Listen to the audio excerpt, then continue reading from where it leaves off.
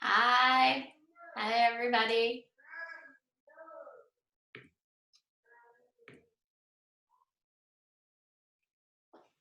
Hi, we're going to get started in just a little bit. So we'll just let people trickle in.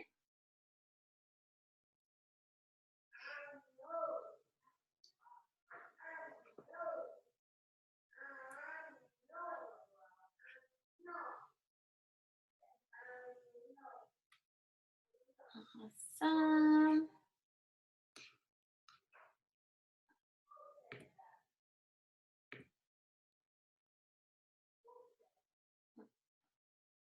Hi, Anna.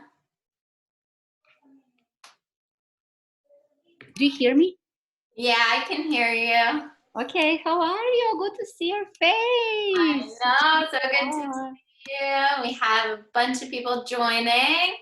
I'm glad. We're waiting for Court, and I'll add him on as well. Perfect. I added myself as a participant because I'm not the host. Because No, but people can now see you, so. Wait, what? Yeah, we're all, yeah. Are we the only ones? No, there's 22 people on right now. That's nice. Yeah. How many more signups did you get yesterday? How many total? So there are 64 people signed up. Oh my God, that's a lot. Yeah. I know. Yeah. So wait, can everyone hear what we're talking about or no? Yeah. Yeah, so I'm just waiting for Let me know when you're free to catch up, either tomorrow or on Monday, whatever your schedule is like. Yeah, of course. Sounds great. Of course. All right, we're going to just wait for Court to join before we kick things off, and then we'll jump right into it. That's great. Yeah, I'm just taking a look at who's on. 1 sec. Did you know that that article was among like 10 most popular ones on Fast Company? Yeah, that's the editor told me that. I don't know. I mean, these are long lead things, so don't be surprised if it's not over. They're long lead. Yeah, no, It's take like a while. No, it was a great article. I got a lot of good feedback. I was like, they sort of edited it. I showed you their edits, and honestly, I just didn't have it in me to go back and forth. Yeah, no, I think it was great. And it's usually like when you work with like Fast Company or Harvard Business Review or those, you just need to follow the format. That's why, you know, I have my own newsletter. Like, no, I love it. So I'm just checking. Let me just check to see if Court is on. Everybody else is on. They can hear us. Hi, everybody. To everybody new who just joined. I'm Jess, and then you can also see Anna.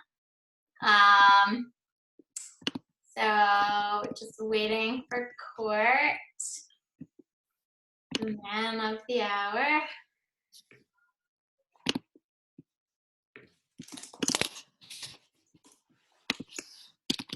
All right. Hey, Anna, do you want to message Court to see? I was just on with him doing a test run, and he was. Oh, really? Yeah, he was great. I can text him. Do you want? I mean, I can give you his number, or I can just text both of you. Wait a sec. Yeah, just text both of us. I just emailed him. Wow. Hi, Scott. Cannot believe you had 16 inches of snow. That's pretty crazy. Almost. Yeah, if anybody else wants to type into the chat where they're calling in from, that would be awesome. But basically, I'm going to do just a little intro for everybody and then pass it over to Anna to talk a little bit about the marketing and brand work that we do at Sprezzatura. And then Court Williams is going to be leading the webinar, the Lunch and Learn for us, on creating incredible content with very limited resources. All right, Court is on. Let me promote him to panelist. All right. Hi, Court. How's it going? Good. All right, so the gang is all here. We are going to kick things off, and if obviously people join late, they'll just jump right in. I'm just going to do a little bit of an intro to the Lunch and Learn series. My name is Jess, and I'm the founder of Sprezzatura. We are a modern day management consulting and crisis management firm for customer first brands. I founded it after I founded 3 other companies, and after my last one sold, I started working with other brands, helping them basically just solve big problems. And that sort of led me into taking over 2 brands as CEO, the last of which was State Bags, which is a backpack and accessories company. And once that project ended, I doubled down with Sprezzatura, and we have 3 main areas of focus. We do management consulting, which right now it tends to focus on crisis management, recovery, and road mapping. And we as a team believe in holistic crisis management, which includes financial, operational, and brand and marketing, which Anna can talk about. The other types of services that we offer are business in a box, which we work with founders who have an idea, and we have a 5-phase program that helps take them from idea to launch. And then we build out your first year's operating plan. And then the last service that we do is holistic operational finance, which essentially is really what an outsourced CFO should be doing for you. But unfortunately, most outsourced CFOs are really glorified accountants. So where we come in, we obviously do all the accounting work and tax filing, but instead of just giving you your monthly reports and just saying, you know, have a nice day, we dive in operationally and provide targeted operational recommendations on a monthly basis. So that's just a little bit about Sprezzatura. This Lunch and Learn series we're doing twice a week, and the topics are really focused on giving you specific tips on how to get through this crisis. So I'm going to pass it over to Anna to talk a little bit about marketing and brand, and then she's going to pass things off to Court.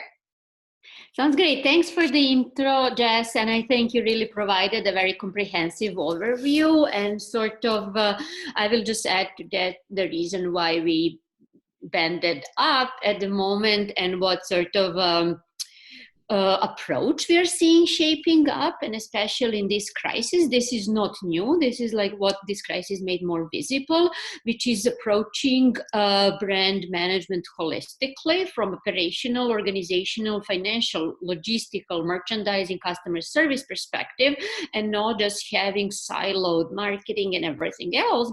Because what we are seeing right now in this crisis is that marketing budgets are getting cut left and right.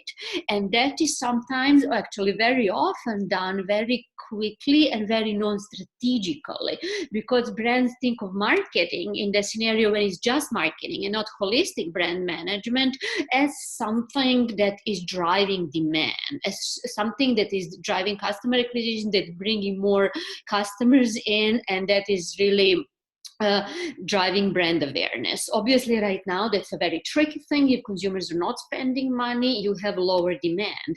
That does not mean that you as a brand need to take a step back and sort of cut your feet at the moment when you can't run, because very soon you will be in a situation when you will have to reacquaint yourself with your customers, and that is a much, much harder position versus keeping those customers that you already have through content and community management and a smart discounting and smart offloading on your merchandising, just keeping that relationship going right now. You may not drive them to transact, but you can still inspire them. You can still have meaningful contact. You can still work with influencers in a meaningful way. So this entire sort of series and then partnership with Jess, who brings a really, really strong financial and logistical operational muscle, is to sort of kickstart thinking about brand strategy differently. And over this week and the next one, we are going to start with the most pressing questions And that's why we took out big guns, Court Williams, who is creative director at Instagram. He is leading paid content creation for luxury and fashion brands. And he's going to talk to us today about how to create content with limited resources. And that first inspiration for that came from Court himself, who created this. You should check his Instagram right now, because he has all those amazing stories that I would never have guessed are happening in his apartment. I don't know how he does it. I don't want to know how he does it. Let's keep the mystery alive. And then next week, he's going to talk about how to set the right tone of voice and language for the brand, and then also how to work with influencers. So on to you, Court. We are so happy to have you, by the way. Thank you. Thank you. And hi, everyone. Happy to be here. I'm going to start off. I'm going to share my screen here so you guys can see. Hopefully, you'll be able to see both me and my shared screen. 1 second. I'll tell you guys a little bit about myself just at the beginning here. My background is in editorial, and I've lost menu items here. Sorry.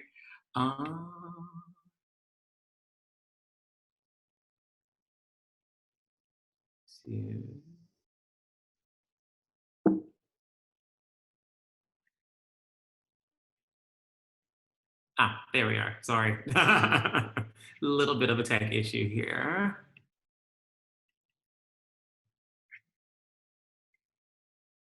Now we should be good to go.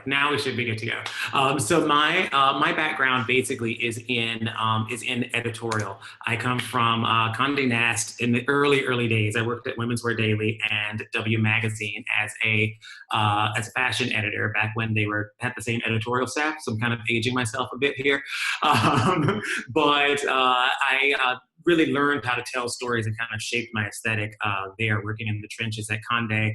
After Condé, I owned a creative agency for about 5 years. And then I went on from my creative agency. I ran it for, like I said, 5 years. My business partner turned it into a film production company. And then I decided to kind of leave the jump ship after that, if you will.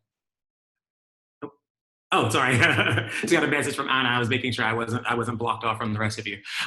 So after I left my agency, I actually went to work at Havas for 2 years at an agency, which is where I met Anna, and was happy about that experience. I was the creative lead for a team called Havas Sports and Entertainment in New York, and we worked on a lot of clients, but mostly fashion clients under the LVMH portfolio.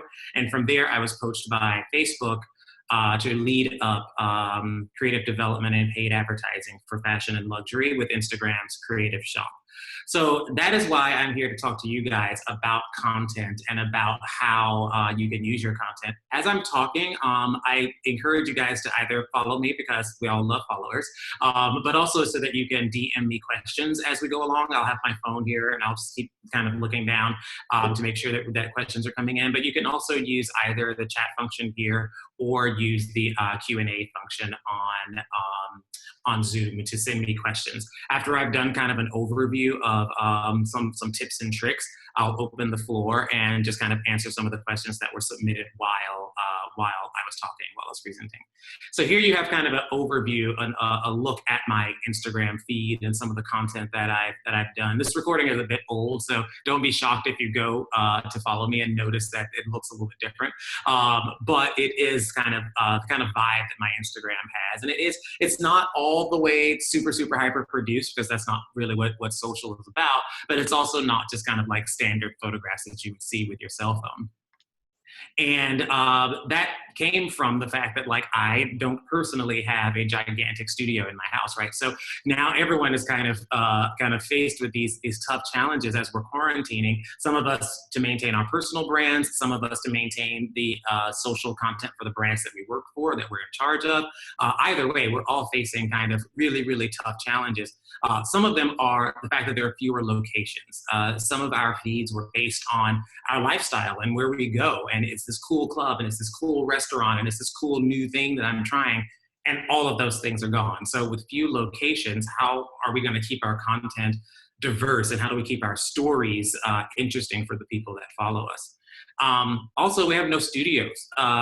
So that really limits the access to equipment and things that we had before. Before you could build an entire fantastical environment or light a product exactly right. And all of those things are kind of missing when we're sitting in our homes a lot of the time and don't have the equipment that we would ideally like. We also have less access to talent, right? It's great when you can get together and, you know, as a creative director, one of the things I love is that moment when you walk on set and you've got the photographer and you've got the model and you've got all the clothes and you've got the makeup and you've got the hair and you've got the set. And finally, all of these things you've all been talking about for 2 months are there and you're going to make something happen. Well, we can't all do that anymore because we can't get together. So there's no access to that talent pool to kind of make the content spectacular anymore. And then lastly, there's no crew and no team. So there's no support staff anymore. Everything is on you. You've got to do everything yourself. Those are really, really huge challenges to get around when you're also talking about trying to maintain some sort of a cadence that will help you maintain a relationship with your audience on social media.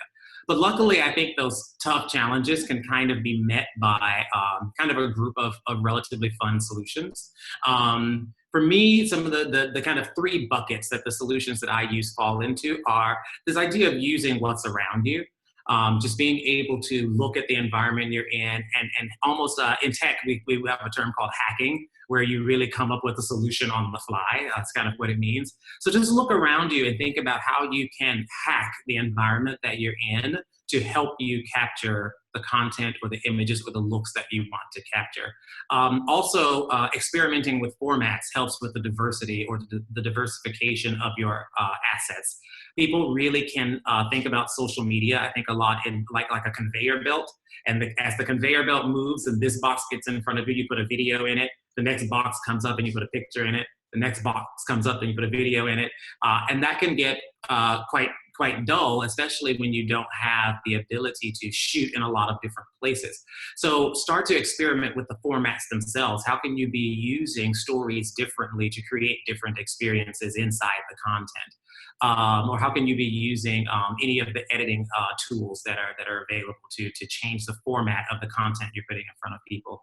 And then lastly, we've got to go mobile with post-production just to keep up with the production schedule we're on. When you've got a staff of 5 or 6 people, sometimes up to 10 people on a post-production team who are all sitting together in an edit bay, and you can kind of pump content in and they can pump content out, then you can do a lot more and spend a lot more time diving deep into content and retouching and things like that, and pass it from color correction into retouching into all these different departments.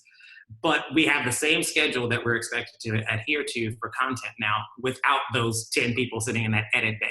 So the solution is to go mobile with post-production and to think about how you can get a premium look without really spending as much time diving into the deep computer programs that allow you to go get really specific with some of your edits. So I'm going to break down these 3 and show you some examples that are on my own Instagram feed of how I've done this heretofore. And again, I just encourage you guys to kind of follow me periodically. I post little tips and edit tricks and things like that. There are a lot of them that are in my highlights. Some of them you'll see here. And sometimes I post in feed, just kind of like in a carousel. I'll post an image, and then if you swipe, you'll see kind of a screen that shows how I edited in post-production on my mobile phone to get that shot to look exactly like it looks. So lots of fun stuff there, but going to show you some examples right here in person. So number 1 was first tip was kind of use what's around you. And here you'll see one of these tips that are highlighted in my Instagram highlights on my profile. I did an entire thing on what I call prop spots in your house. And this one that you're looking at here is prop spot, the windowsill. You can really prop your phone on the windowsill and use your selfie camera to take a picture of yourself that really takes advantage of kind of the natural light that's coming in the window. We all know in studios, it's amazing to have that blackout kind of black box effect, but the best studios have windows that are open so you get that natural light kind of effect where you need less retouching in the end. The second prop spot that I highlighted was the far end of the sofa. You can sit on your sofa on one end and put your phone on the other end and take a pretty dramatic, kind of classy looking photo across the length of the sofa. I said that tip is pretty much for Team Cozy, so that if you want to kind of hang out on the sofa and be a little bit more relaxed, you can use that one. But then there's also the floor, right? Very few New York apartments have empty wall space, so I say that the prop spot is probably going to be more like the leg of the couch or the leg of the table. But you can prop that up and use the same way we use the surface of the sofa to create that feeling of depth. Use the floor itself to kind of show that depth of the image. And people will go, oh, like, who took that picture for you? Who set that up for you? And it's like, that is courtesy of a timer and a prop spot. So, so really fun tips there. And there are tons of other tips along those highlights. And what I'm seeing here, let me get this out of the way, maybe. Oops, sorry. What I'm showing you guys here is being able to use what's around you outside. Now, I know that we actually can't really go outside right now, so to speak. But what you can do, though, if you are outside and you do take a little bit of a walk and you're maintaining your 6 feet distance, 6 feet of distance between people, is continue to use those prop spots. I would recommend taking some alcohol wipes with you, because if you're going to sit your phone on anything, you don't want to take any contamination back into your apartment. But the first shot on the far left, what I did, that's actually in the meatpacking district. I saw this kind of cool brick wall and window with the kind of grate on top of it that I wanted in the background. And so I propped the phone against just kind of like a tree stump that was on the sidewalk, and did a little bit of just like a little jump motion over and over again while the timer was going. And once it captured the shot, it captured something that looks like a candid shot, even though it was quite bland. So that was a great example of me using a prop spot outside that just didn't involve another person, and there was no one near me at the time. The one in the middle, I actually used a windowsill. That's in the Lower East Side. And I was walking down the street and saw this really cool kind of green trim on the building that was on the opposite side of the street, and just happened to notice that there was a windowsill on the building on the side of the sidewalk that I was on that was wide enough to hold my phone. And so I propped up my phone, turned on selfie, turned on portrait mode, set the timer, and captured that shot. Again, all of my friends were like, oh, who took that shot? I like that shot. And it's like, nah, timer and propping it on a wall. And the image on the far right, I actually took in a hotel in Paris. Unfortunately, hotels are closed, but some of you may have situations similar looking to this in your apartments, either with a terrace or a balcony or some sort of a view outside through a window. And what I did here in this hotel, which is a very tiny, tiny boutique hotel, was I just literally stacked all of the hotel pillows on the bed so that I had a surface to lean my phone against, and again, set the timer and snap the shot of me sitting out on the balcony. So really, really fun ways that you can look around, see what's around you, and use and prop your phone somewhere that looks like it would have taken another person to take the photo, but it's actually still just a selfie. Experimenting with formats is a little bit a layer deeper, a little bit more complex. Here you're seeing another tip of mine about how to kind of like up your game when you're reposting, because everyone that I know reposts from feed to stories. And it always comes with this kind of generic looking blasé background that's just kind of like a gradient. And so I wanted to do a story to show them how they could like punch up that background, like using the format of Instagram stories and all the things you can do in stories to actually change what that content looks like. And so what I did in this particular tip is show people how to change the color of the background, but then also how to add like a pattern to the background using emojis and type. And so here you can see I'm kind of creating this kind of grid of pineapples that's eventually going to be the background for this Instagram story. And these things are super simple to follow if you're in my highlights, because obviously you can tap backwards and forward at will in that format. But it's basically you blow it up and then bring the image back to the front.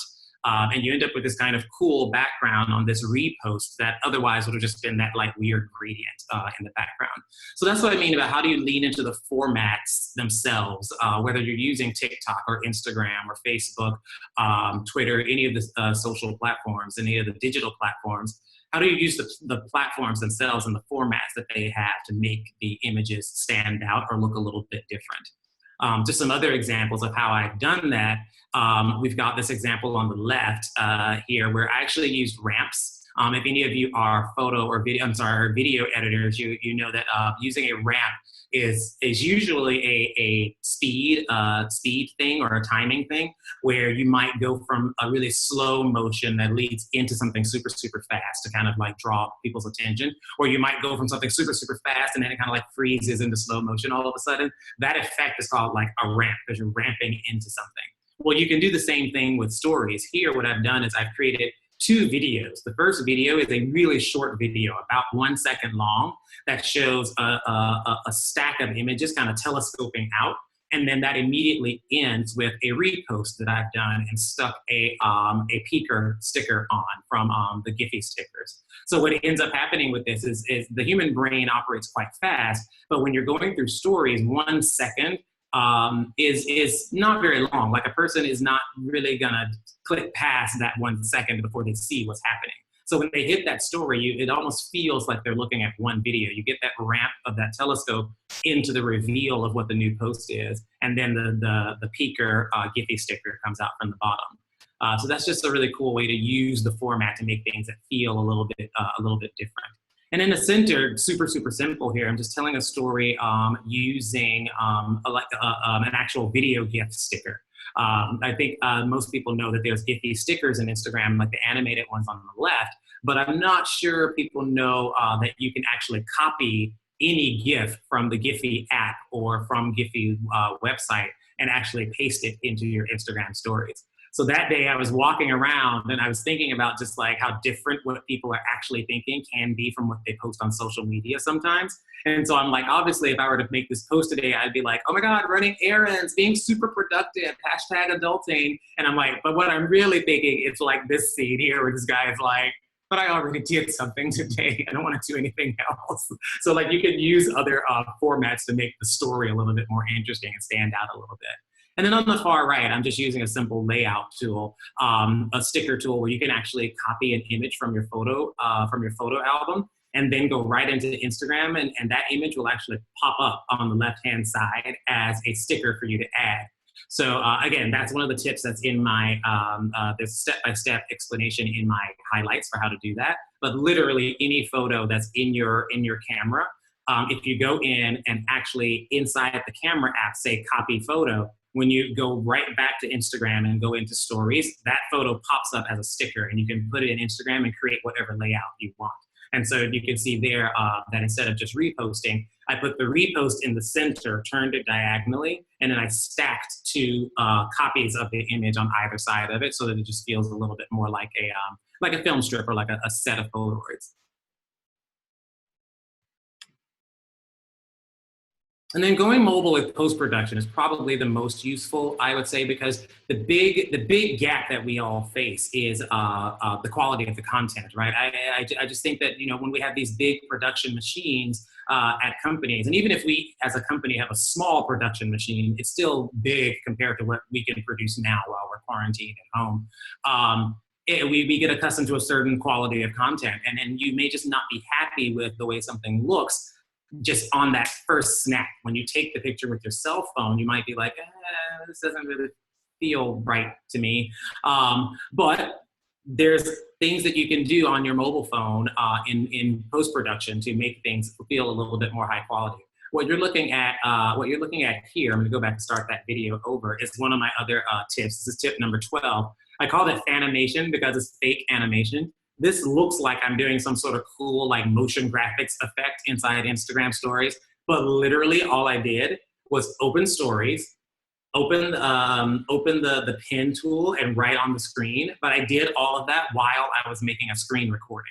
So in the end, when I was done, all I did was crop down that video and upload that video to stories. Instead of posting the story that I actually made while drawing, I posted the video of the drawing that I did.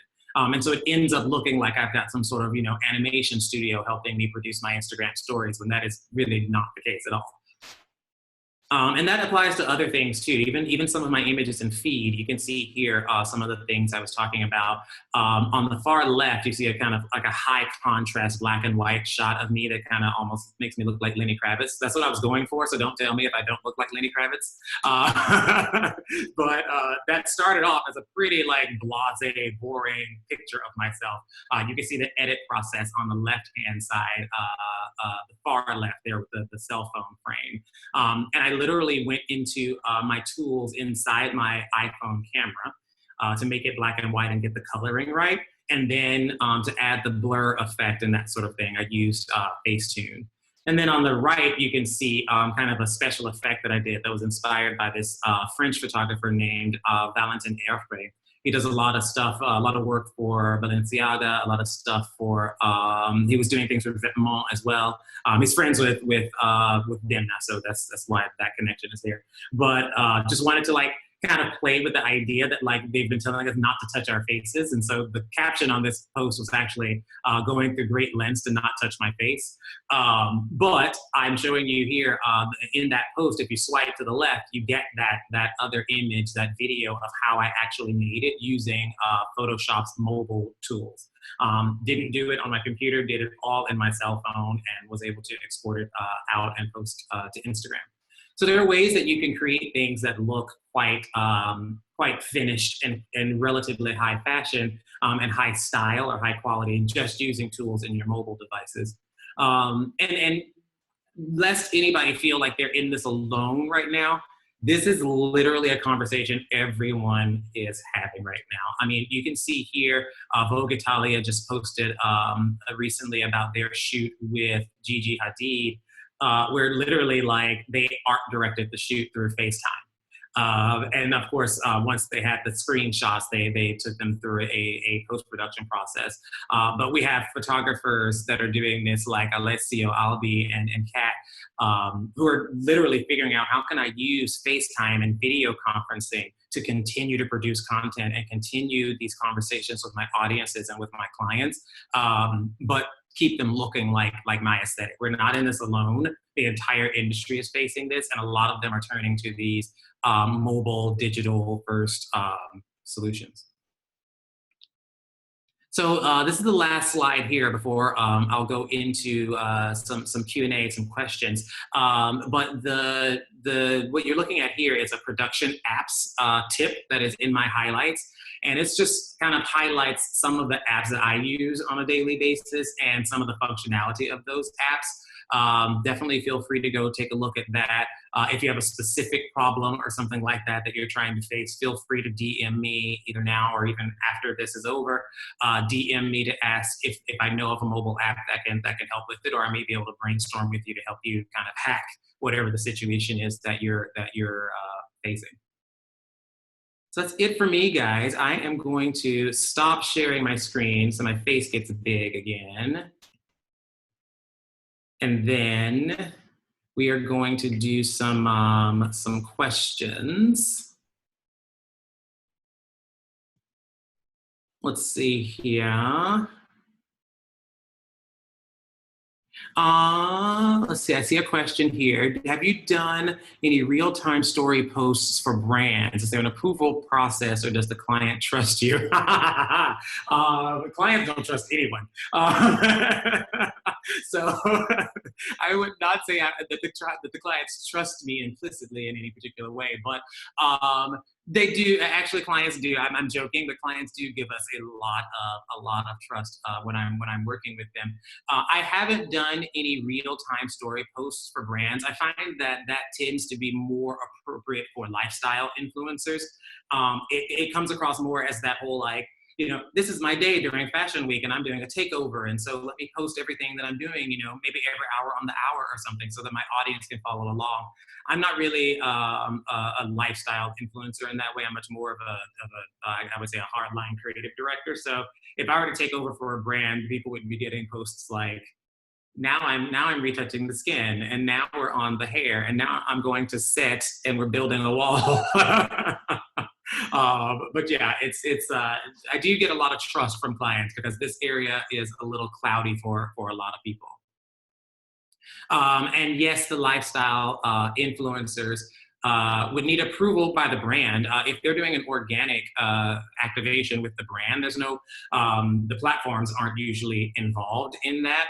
But the content, I think where the platforms would come into approvals would be what the content is. If it's something that violates policy, that's where they would come in. But as far as selecting those influencers and approving those influencers, that would be up to the marketing teams at the brand.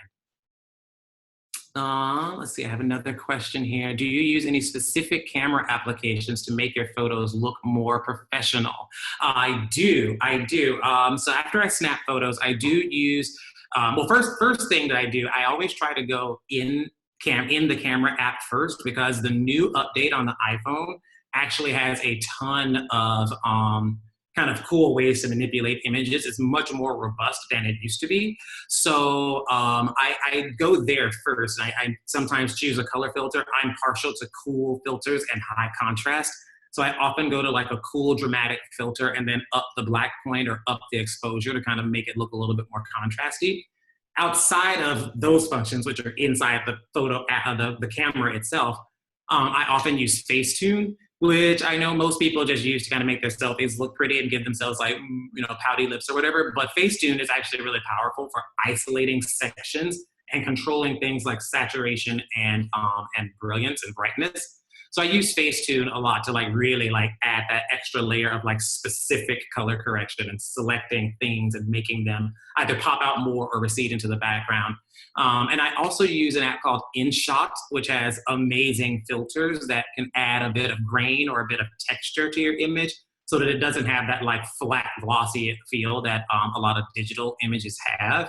And again, you can turn that up and down. Subtlety is often the key with these things because digital apps are designed for you to be able to create these like fantastical, crazy things. And so if you're actually just trying to make a photo look a little bit more chic, you're talking about most of these effects hitting like a 5 or a 10%, a 10 being like a high number on what that effect is doing to the picture. You're not designing a CGI, something that's completely fake. So yeah, I'm using InShot and Facetune and really using like the filters and things at a really low, subtle level is what usually ups the quality on my images. Let's see, what else have we got here? Which brands do cool stuff on social? I mean, there's a lot of them. I wouldn't want to play favorites because a lot of these people are my buddies and a lot of people are my friends. But there's a lot of brands that are doing some really cool stuff. I'm trying to think of anyone that I would particularly highlight. I mean, someone that I think would be a shocker. I'll throw this out there just because I know it will be an outlier for a lot of people. Is Bottega Veneta. I think Bottega Veneta has been doing some cool things on their social channel recently, and it's because Daniel has taken a step back and gone into some of the things that we've actually been talking about today. Instead of looking at digital as a gimmicky place where there's all these bells and whistles and VR and AR and blah, blah, blah, blah, what Daniel is doing is going like, how can I use a fisheye lens to do this shot and make it look really cool? And he's working with photographers that are doing really interesting compositions, and they're kind of hacking photography to make it stand out and look cool in social. And it's almost stripped back in a way that's really, really refreshing right now. Whether that's sustainable or not, I don't know. If it catches on and more people start to do it, you kind of have to move with the audience and stay differentiated. But I quite like what Daniel's doing at Bottega right now. Let's see, any other questions? What resources do you find valuable? Any books, magazines, or podcasts? I obviously love magazines. I try to stay outside. I try to stay uninfluenced by a lot of what everybody else is doing. I mean, I do spend a lot of time on TikTok and Instagram, specifically looking at photography hashtags. TikTok is great for the hilarity of it, and I can definitely fall into a hole and just kind of like giggle all day. But at the same time, with the amount of editing tools there are in TikTok, like there's so many interesting things that people are creating out there. If you look up like fashion or style hashtags, to see how people are doing transitions and changing outfits and making cool cuts and things like that. So really, I kind of stay in the digital space because it's highly visual. Podcasts, not so much, and books, not so much. Let's see. Are there any downloadable? or downsides that brands should be aware of when making content. Yes, 100%. There are definitely a lot of common mistakes that brands make when they're making content. And probably the biggest one is just failing to recognize the new, I guess, the new circumstance or the new relationship with the consumer. In the past, we used to very much live in a world where brands were able to monologue. They would get on a stage and there would be a captive audience in the theater and they would speak these beautiful words and the audience would sit there and listen. And now we're in a situation because of digital comms where brands have to dialogue. The theater has been torn down. The audience is not captive. The audience isn't sitting there. You're standing on a soapbox in the middle of Times Square trying to get people to listen to you. And so you really have to find things that are relevant to those people and find the intersection between what's relevant to them and what's relevant to you and the message you're trying to convey in order to create content that's gonna resonate with them. And that's even more important when you're dealing with a crisis situation where people are so focused on, not to sound dramatic, but for want of a better word, focused on survival. We're really hunkered down right now. And so people aren't looking for kind of like the flippant kind of messaging and that sort of thing these days. Brands that are making big mistakes now are failing to be sensitive enough in these times and taking into consideration what people want to hear as much as taking into consideration what they want to say. I will definitely share the names of the editing apps. For a tech person, I'm like surprisingly unfamiliar with Zoom. Let me see if I can do this without messing up anything that's happening right now. This is, there we are, yes. InShot and Facetune were those two apps that I mentioned for editing. Again, InShot is the one that has like really cool filters and effects and things, and Facetune is the one that lets you really kind of like isolate specific elements and change the lighting, saturation, contrast, tone, any of those things. Ooh, there's a new suggestion in here, one called Halide. That sounds really cool. I'm definitely gonna check that one out. There's one here, working more with lifestyle influencer types. How do you keep content subject matter interesting during lockdown? Or who are my favorite creative directors to follow, mostly in the dance world, and would love to expand on content quality, seeing a lot of live stream from people's messy bedrooms. Yes, I would say, keep the content subject matter interesting. Working with influencers is all about having a strategy. As much as creativity is a visual exercise, which it very much is, creativity also is something that you have to like think about in a strategic way. It's again, because the medium is the message a lot of the time now. TikTok and its format as a media platform determine what people are creating as much as that happens on Instagram, as much as that happens on Twitter.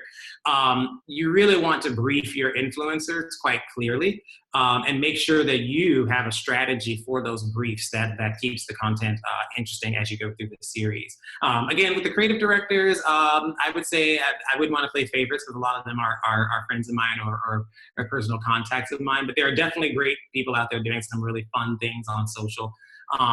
I guess one guy who's not in the fashion world, so I can mention that would feel fine mentioning him, is this guy, Pablo Rochat. He literally does some really cool things. It's not fashion at all, but he does some really cool things that played with the format of Instagram. Like in stories, he did a post that was like, I want to say it was Charlie Brown. And then it said, swipe to the left really hard. And when you swipe to the left, the next thing he posted was a video of Charlie Brown hitting the side of the frame and falling on the ground with birds flying around his head. So it felt like you threw Charlie Brown into the side of your phone. So he does some really cool stuff like that. But again, not fashion or style related at all, but some really cool formatted stuff. I see, that looks like that's all the questions there. I'm gonna check my Instagram just to see if there's any DMs there. And then I also want to encourage you guys again to pop on my Insta, follow me, definitely see if you have any questions or anything that you that pops up, feel free to DM me. I like to meet new people and work with new people. And I also want to just encourage you guys to think about like, as far as like luxury is concerned, digital can go into a very mass space very easily, and social media often follows that direction. But one of the things that I'm concerned about, or that I think about a lot and work with a lot as a creator, is how do we maintain this sense of luxury in digital platforms? How do we maintain the sense of aspiration in digital platforms? And for me, it's all about the savoir-faire. It's all about this idea that there is craft behind something. And once you understand the craft behind it, then you can determine whether or not it is high quality and premium or low quality and mass.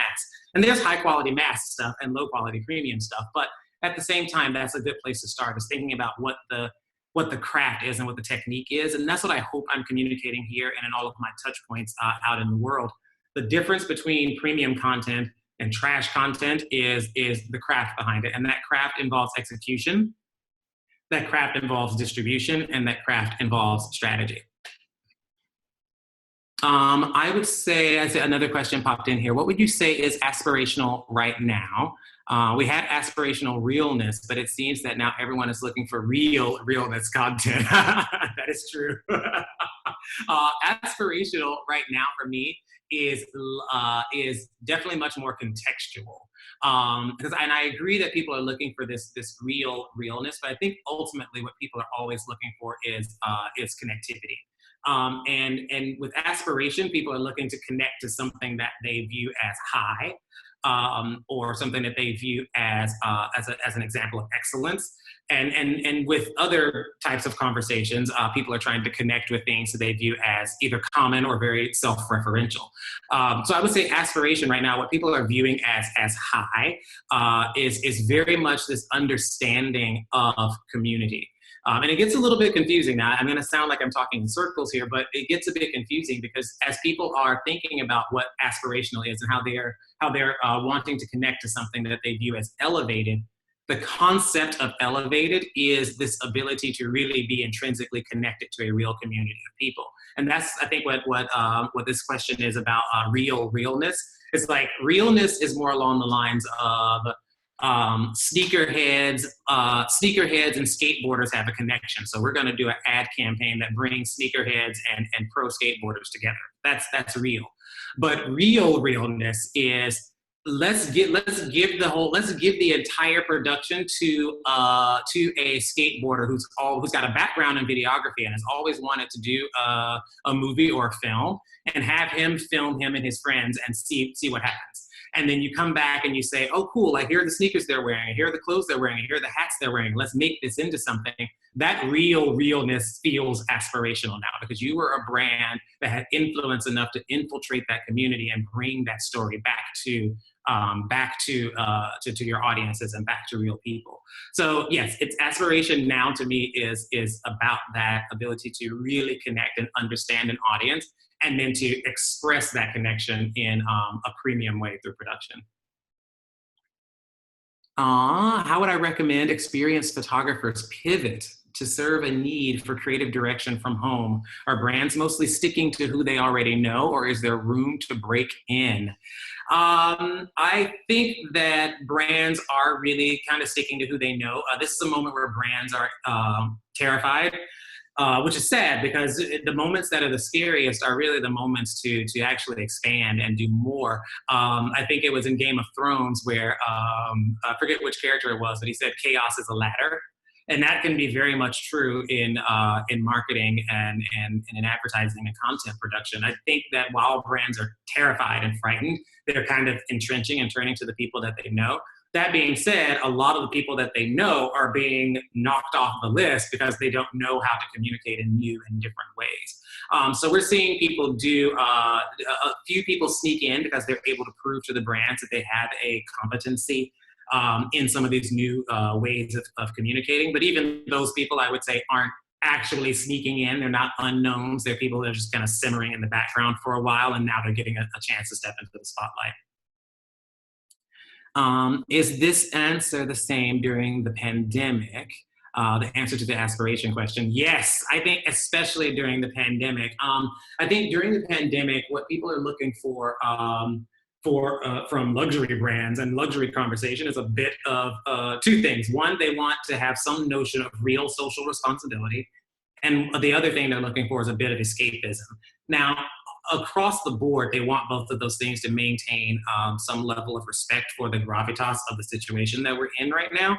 But I think when you're looking at the social responsibility, people will respond well to the early announcements that came out about the perfumers shifting their priorities to shifting their facilities to manufacture hand sanitizer. They will respond well to the ateliers starting to make garments for the medical workers and things like that. And then on the back end of it, when we're kind of coming out of this thing and people can kind of go back to business as not business as usual, but start to get back to some semblance of normalcy, I think people are going to want to see some sort of a respectable escapism, some way that they can kind of go, okay, I feel better now. This is calming down, and I can lean into some of these things I haven't been able to lean into before.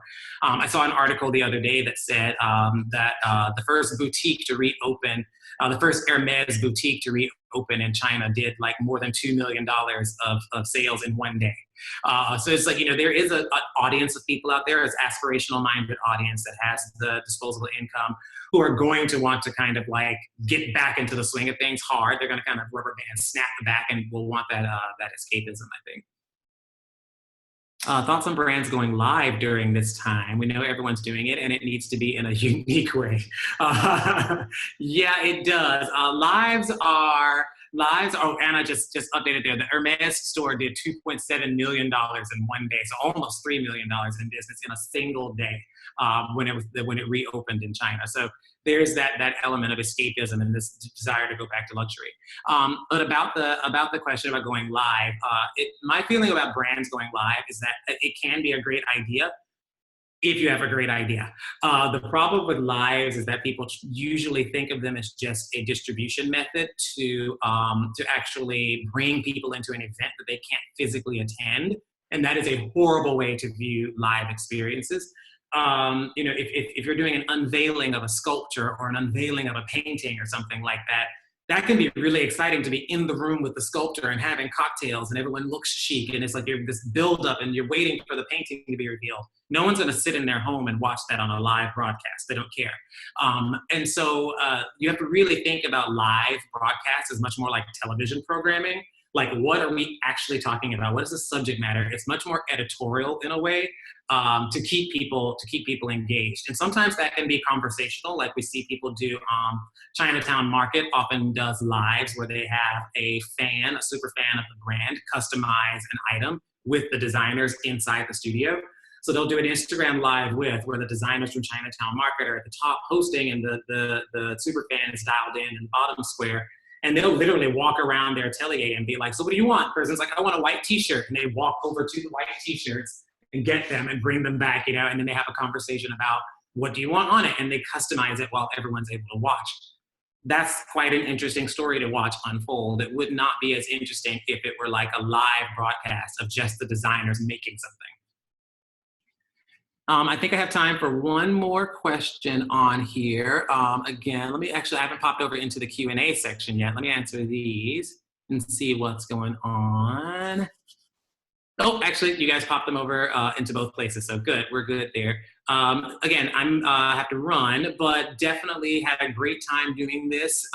You guys have my Insta, so feel free to DM me any questions that you have.